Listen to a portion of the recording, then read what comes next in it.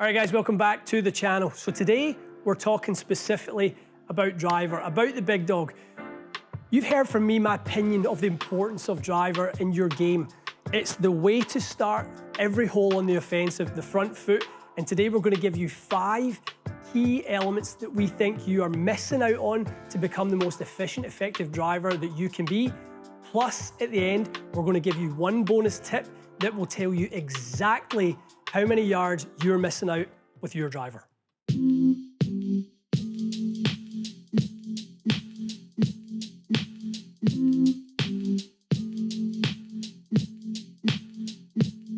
All right, guys, we all know the weapon that the driver could be, can be, and we want to be for our games. We certainly know that the best players in the world use their driver as efficiently as anyone on the PGA Tour, and that's one of the reasons that they are the best players out there.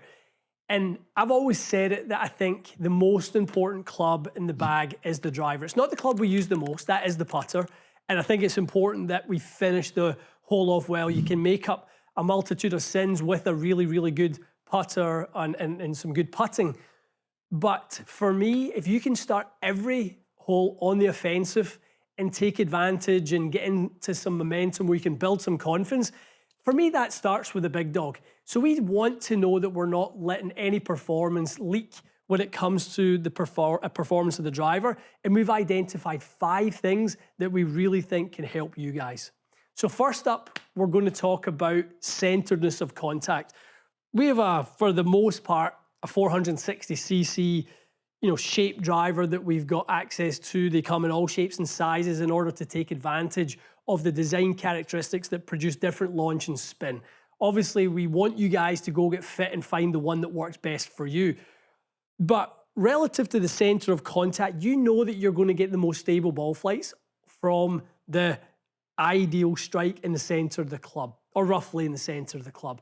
So let's talk a little bit about what it means to struggle in that department. If this club face was flat, it would mean a little bit less than it does in the fact that we've got some curvature to the face. We've got vertical roll and we've got horizontal bulge to the driver head, which means if we hit it high in the head, we will get higher launch, lower spin. Lower in the head, we will get lower launch with a little bit more spin. So to get increased and predictable launch conditions, we want to be as center contact as we possibly can with the driver. So let's look at that as point number 1. Okay, for me, when it comes to consistency of strike, I really default to setup.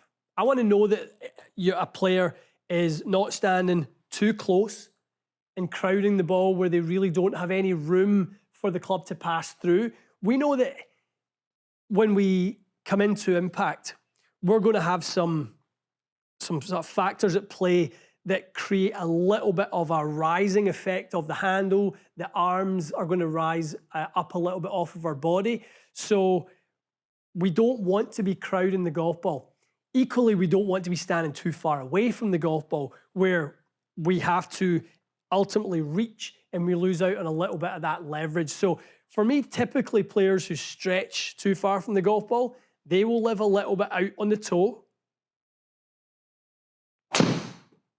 Okay, and we can use that toe strike to our advantage at times. If you are the slice player and you have that miss down the right-hand side, we've talked about it in other videos where if you do live out in the toe a little bit like this, you can get a little bit that gear effect that brings it back, but that's very situational and you need to have the right set of circumstances for that to be the case. But players who are reaching a little bit will typically live out on that toe side.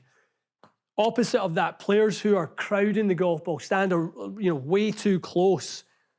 Okay, they don't really give themselves the space for their arms to swing in front of their body on the way through. And those players typically will live a little bit in the heel with their strike. Okay, one of the worst misses in golf. That low heel is the real dead spot on any driver. As good as they make drivers nowadays, that is awful. And keep that number in mind, that Clubhead Speed number in mind as we go on in this video. We're going to base this roughly off of a golfer that swings around 100 miles an hour. So I've been 99.2 there, and I've just driven that golf ball 207 yards. right? That's pretty inefficient, and one of the reasons why we think centeredness of contact is so important to this video. So we want to make sure when it comes to setup, we've got a nice amount of space, a nice amount of distance from the golf ball. That's going to allow us to have space for the arms to pass nicely in front of the body and help keep that centeredness of contact. The other thing that from a centeredness of contact standpoint, we want to manage the direction of the club's travel as it comes into impact. We don't want to be too much from out to in. We certainly don't want to be too much from in to out either. We don't want to be hitting down too much, and we don't want to be hitting up too much. So we want to kind of try and stay away from extremes when it comes to the driver. I like people to live somewhere between 1 and 3 degrees up on the angle of attack. I like the path to be under 3 degrees either side. So I'm not saying you have to be perfect and you have to have exactly this number when it comes to the path. But when it comes to the delivery, I'm going to say within a specific guideline of as I say, you know, 1 up to 3 up and 3 degrees out to in to 3 degrees in to out. That's where I want most people to live when it comes to the delivery of the golf club. And again, that will help you become much more consistent with that center contact. Okay guys, point number 2 when it comes to hitting our driver more consistent and getting the most out of the performance. A lot of people will find that relative to their playing partners or others that seem to be of a similar distance with irons, players typically don't get as much distance with their driver. So we've kind of talked about the 100-mile-an-hour swing speed with the driver. For me, that player who swings the driver at 100 miles an hour swing speed swings 7-iron about 85 miles an hour. So if you're playing with someone and you see that they are of average or above average distance when it comes to 7-iron, they should probably be at 85 miles an hour, hitting at about 162 to 165. Okay, so let's look at that right now. And you're going to see the delivery conditions that are advantageous to the driver do not transfer over to the driver. There is not one swing that covers the irons and the driver. You really need different launch conditions. Like we talked about in point number 1, we want that angle of attack to be up. We're looking for that path to be in a narrow window of consistency, that corridor of consistency. When it comes to the irons, we're looking for something different. We're looking for more of a descending blow. We're looking for that shaft to be forward to produce more energy out of 7-iron here, 33 degrees of loft. I'm looking for this to be about 25 degrees of delivered loft. I'm effectively looking to try and turn my 7 into a 5 at impact, because that to me is what's going to allow me to create enough energy to be pound for pound long enough with this 7-iron. That delivery is not going to work with the driver, as we're going to show in this example. So we've got about our carry distance there. Let's see where we were in clubhead speed, maybe a hair higher. No, we were pretty much bang on. 25.5 degrees of delivered loft. So that's our 8-degree reduction in dynamic loft in order to create the right amount of energy. And we'll see in this efficiency number up here, that was really quite efficient for a 7-iron. 1.37 for those of you who are sort of well versed in launch monitor numbers, how the club head speed or ball speed divided by club head speed gives us that nice efficiency ratio. So someone who then carries their 6-iron about 165 is that's a pretty healthy 7-iron.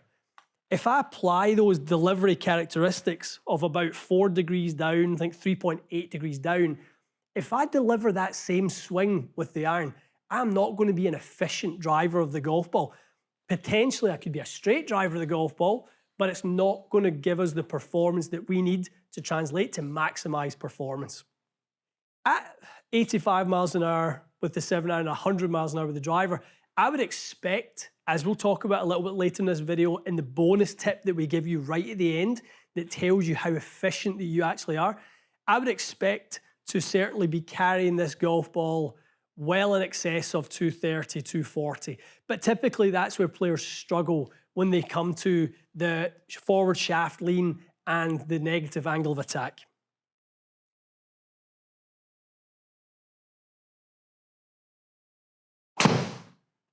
100 miles an hour, 99.9 on the Clubhead Speed. We were about 0 in the angle of attack, 0.6, so certainly not considered up. In actual fact, if we were using a different launch monitor, certainly the orange box that a lot of people use, that would measure about 1 to 1.5 degrees down on angle of attack. Two different systems measure angle of attack two different ways. And we can certainly see that pitching that golf ball at 57 feet of peak height is not going to be optimal in any which way, shape or form. So we are going to have to make modifications. We are going to have to try and get that launch angle up if we are to try to maximize the performance with the driver. Nothing wrong with the energy that we're producing. 1.46 is literally about max out what you would produce with a driver. That's ideal. But what's not ideal is the 20 yards of carry distance, at least 20 yards of carry distance. We've just lost the 236. That should be, as I said earlier on, well in excess of 250 yards if we're delivering the driver correctly. Okay, point number 3. And for those of you who don't feel represented within point number 2, where you're a little bit steeper in the angle of attack and you're delivering not enough dynamic loft to the golf ball with the driver, there's those of you who will say, well, I actually carry the ball a reasonable distance, but when it hits the ground, I get absolutely no run. For those of you, we want to talk to you as well. So within your driver setup, again, we're always looking to maximize the performance of this driver. So there's definitely a kind of peak of performance where any amount of loft that's too little, like we saw in the last example, we're not going to carry it enough. We're going to carry that, we're going to rise up that peak till we get to the optimal amount. And then the other side of that, when you deliver too much loft, again, you fall back down the other side of that peak in terms of the amount of carry distance that you might get. So whereas in the last example, we ended up hitting out there to about 260, which is, it's not bad at all, not in the slightest is that bad. This golfer tends to be short in total distance. So they may overachieve in carry distance, might be something quite similar to 230, 236, but they might find themselves, it doesn't go any further than 240, 245, something like that. So let's talk about what that looks like for those of you who feel like this sounds like you. All right, guys. So those of you who are hitting it too high, tee height, big consideration. Obviously goes back to what we talked about earlier with centeredness of contact, but we do want to make sure that we have a consistent amount of tee height.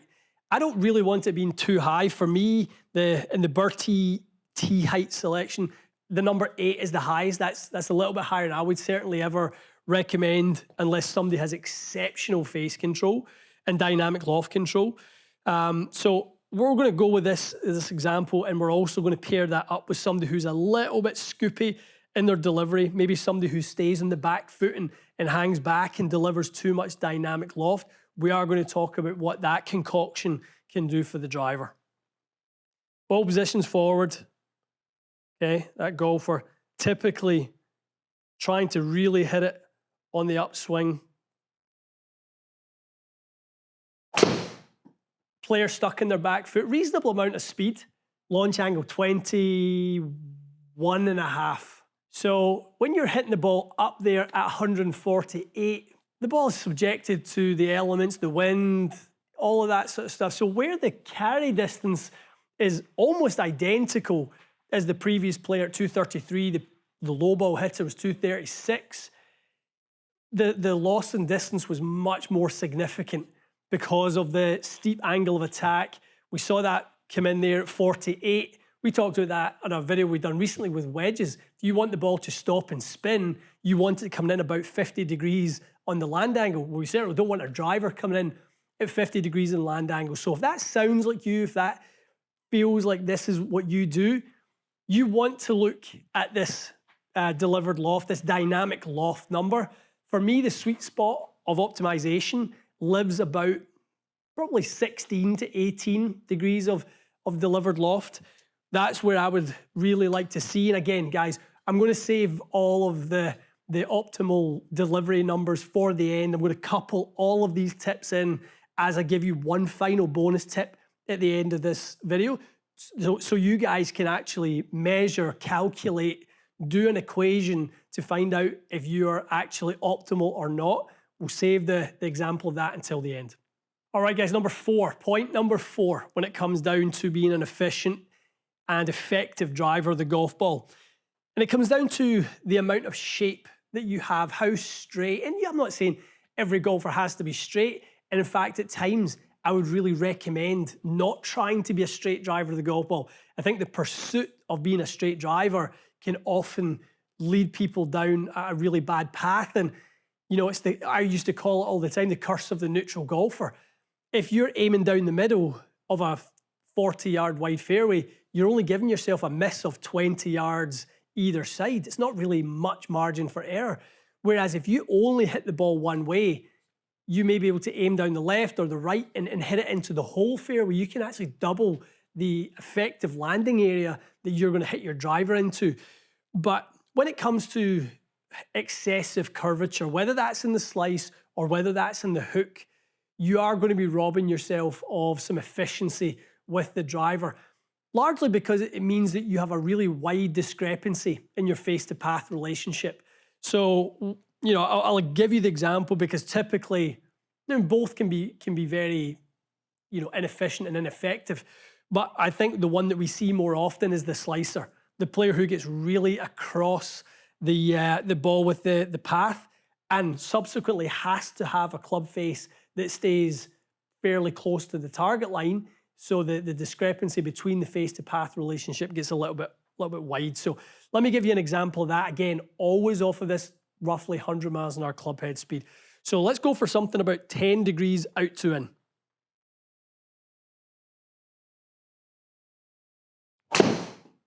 I've tried to give you a little bit of a compound miss there as well. I've tried to lead the strike a bit towards the heel because, again, I want to get this point across that in around 100 miles an hour, just shy of, we start hemorrhaging distance and efficiency and speed.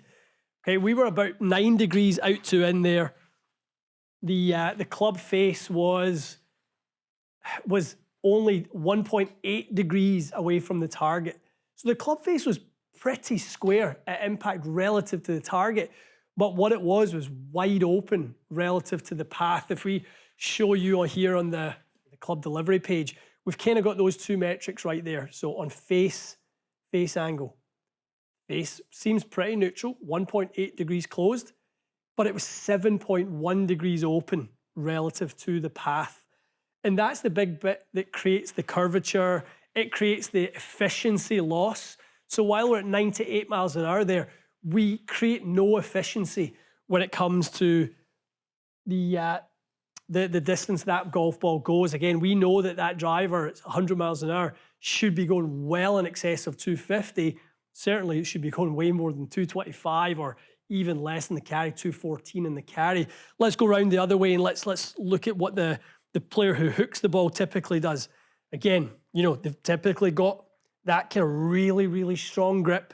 They tend to have the really low right shoulder. They stay behind it quite a lot. And they're just, everything about what they do robs them of loft.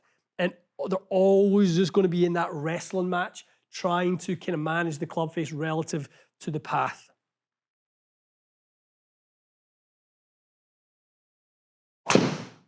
Over there, spin rate 888. Exact same club head speed, 98 miles an hour. We were 12 degrees inside. We just couldn't retain any loft on the driver. We had, well, it was 16 degrees. It wasn't horrendous, but it was the face-to-path relationship again. The fact that we had that path going so far right, the club face had so much to do in order to get the ball to come back to target. It was just never going to be possible that it could retain enough. So again, back to total distance, 216, carry distance 188. If it's wet conditions, I guarantee you're not getting over 200 yards when it comes to that delivery. Again, all inefficiencies of a player who's effectively got the same input, which is the club head speed that you put in. It's just how you deliver it and how effective you can be with your 100 miles an hour.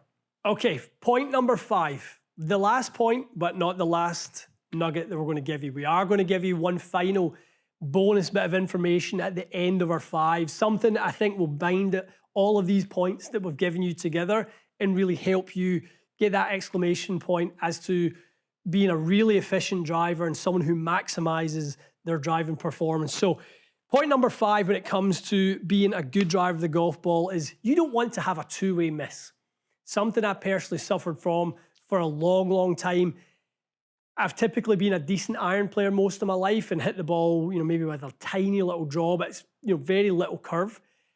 When I try and apply that to the driver, it just gives me a two-way miss. I'm very likely to miss it left and right. So there's a fine line of walking, or fine line to walk with regards to your club delivery. When you get that club path really neutral and sort of like trying to zero out, that's your goal. Maybe you're lucky enough to have invested in a launch monitor where you can practice all the time, or you maybe go somewhere like we are here where you get access to top technology and you can measure things like club path and face angle and things like that. And you really chase those numbers where you want to be dialed in and zeroed out when it comes to your numbers. Well, again, what that leads to is very little margin either side of that. So I'm going to give you an example of basically 2 scenarios where I can be really quite neutral with my club delivery, but I can be really inefficient with the ball flight that produces.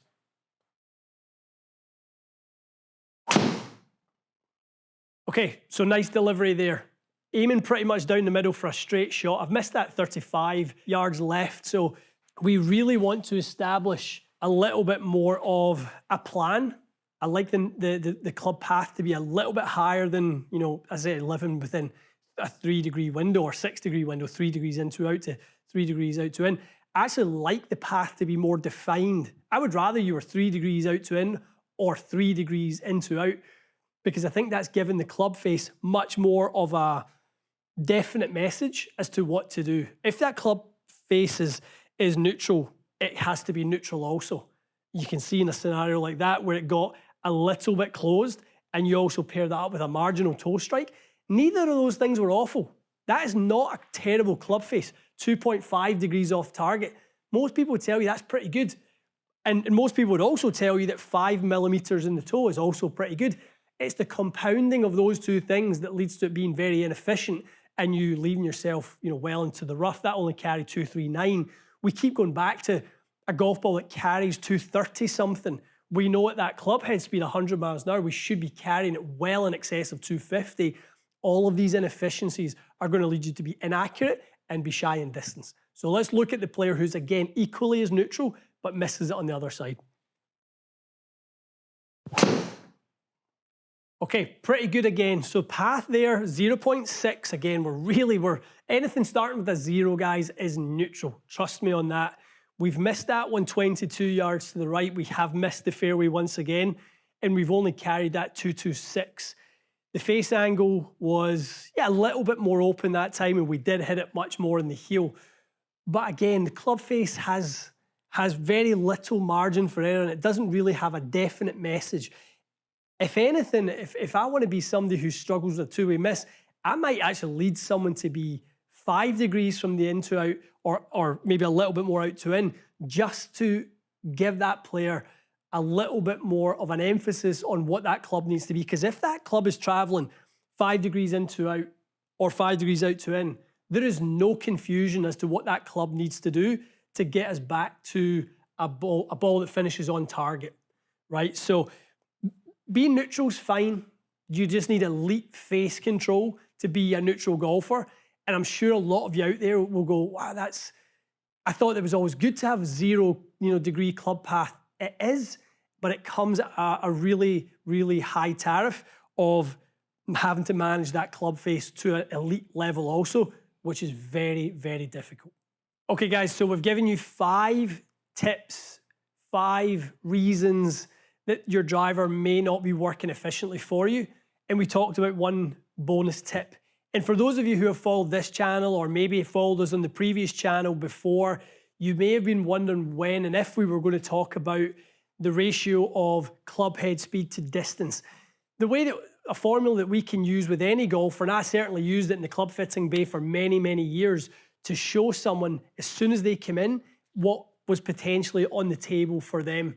So you can quite simply take your club head speed and times that by 2.7, and that is about what an optimized driver from a distance perspective should look like. So a golfer at 100 miles an hour should roughly hit the golf ball about 270 in total, not carry. Ground conditions can change, so that may change in softer days at 2.6, maybe more, more appropriate. But certainly around 270 in normal conditions is what we should see out of the average drive. So let's hit one now and let's put all of the things that we've worked on together. We've looked at centeredness of contact. We've looked at making sure a golf ball's not either flying too high or too low with regards to the delivery. We're not curving it too much. We don't have a neutral or too neutral of a delivery that we have a two-way miss. So we're going to put all of those tips for today into one bucket, and we're going to show you effectively what an efficient drive or the most efficient drive should look like. So we talked about the bonus content or the bonus tip being taking your club head speed times it by 2.7. So that last one there, we were 102.7, so a little bit quicker than the 100 we talked about. But that's not the relevant point. The relevant point is the 100 miles an hour and whether the 2.7 worked for us. So Corey's behind the camera. What was that? 102.7. Total is 277.29. So 277.29. So we got 277. So we get the round down, which is perfectly ideal, fine. So that is where, again, showing you guys that if you are efficient, you maximize your ball speed, your launch angle, your spin rate, you get an efficient strike. I actually love a slight heel strike because if anything I'm likely to do is gear it a little bit left. So if I can live middle heel, that is ideal for me. I'm more likely to get that face a little bit on the closed side. So that was actually really quite good.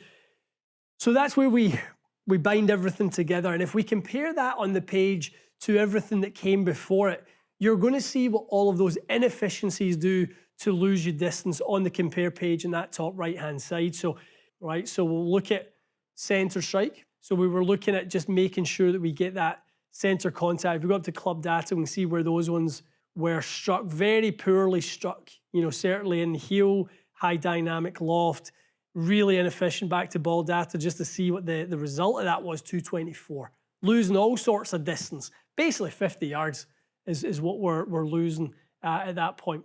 So if we go into we look at the negative angle of attack, we look at players who typically deliver the driver like the iron. They're so used to hitting that sort of descending blow and leaning the shaft forward to offset the amount of loft, and they end up just taking all the distance away. It can be a really neutral ball flight, but I know I've lost myself 20 yards in the air. 236 is all I've carried that one in some wet conditions, as we talked about on a parkland golf course. We're not getting that over 245. We know a lot of you out there can swing around 100 miles an hour with their driver and produce ball speed of around 146. So we want to show you what's possible. So if we go into the next delivery that we said was inefficient, it's the high ball flight. So we've got a ball flight in the red that's too low, and we've got the complete opposite, both good face control, both very straight, but they've only carried both of them in the mid 230s, no good. All right, let's go into the next delivery type, too much curve. Someone that has poor sort of, face to path control. And you can see from a very neutral sort of delivery and a very neutral sort of outcome, you end up with a miss that's really wide on either side. I think we had a 35-yard miss left, a 22-yard miss right. We don't need to be in the 58 yards of dispersion either side. We certainly don't need that in any which way, shape or form, also robbing us of distance. We talked about also the curse of the neutral golfer. We look at that golfer that is exceptional at zeroing out that club path. And actually their face angle can be not too bad either. But when we look at the standard deviation at 3.1, the face doesn't really know what to do. The club path is excellent. The standard deviation is 0.7, but that face gets a little bit open, a little bit closed, and the strike point on the head as well, compounding the closed face and compounding the open face makes that miss much, much worse. And again, leaves that golfer who feels like they're working tirelessly on their club delivery to neutralize that delivery, can still end up with a really inefficient result. And last but not least, we get all of the things that we want to do to be an efficient driver in one. Guys, I will tell you, at times you can get a little bit of a misread. If we look at where that strike was, 5 millimeters from the heel, I'll be honest, I'm not likely to see as low of an efficiency reading at 1.43 out of that strike. That at times can be a little bit of a misread of the club head speed and the high side of things. What I'm effectively saying is, I don't think I swung the club quite as quickly as 1.27 there, given that. So if we look at the compare page again, I do think we are comparing apples for apples, and we can see that the carry distance is 22 yards better than the next best. So for all the inefficiencies, and we are losing around 20 yards, sometimes more in some extreme cases. So that's what we feel is out there for you guys. If you can couple some of these things together, I'm not saying that you need to take those numbers from the optimized driver and tick every box, but if you can tick as many boxes as you possibly can, it will just help to compile additional sort of benefits and add-ons to your driving performance. So hopefully, guys, you've seen somewhere in there, you've seen yourself represented with your delivery, and you can now have some answers and some reasons why you're not as efficient of a driver of the golf ball, and you can put a plan into place. We're doing this at the back end of the season.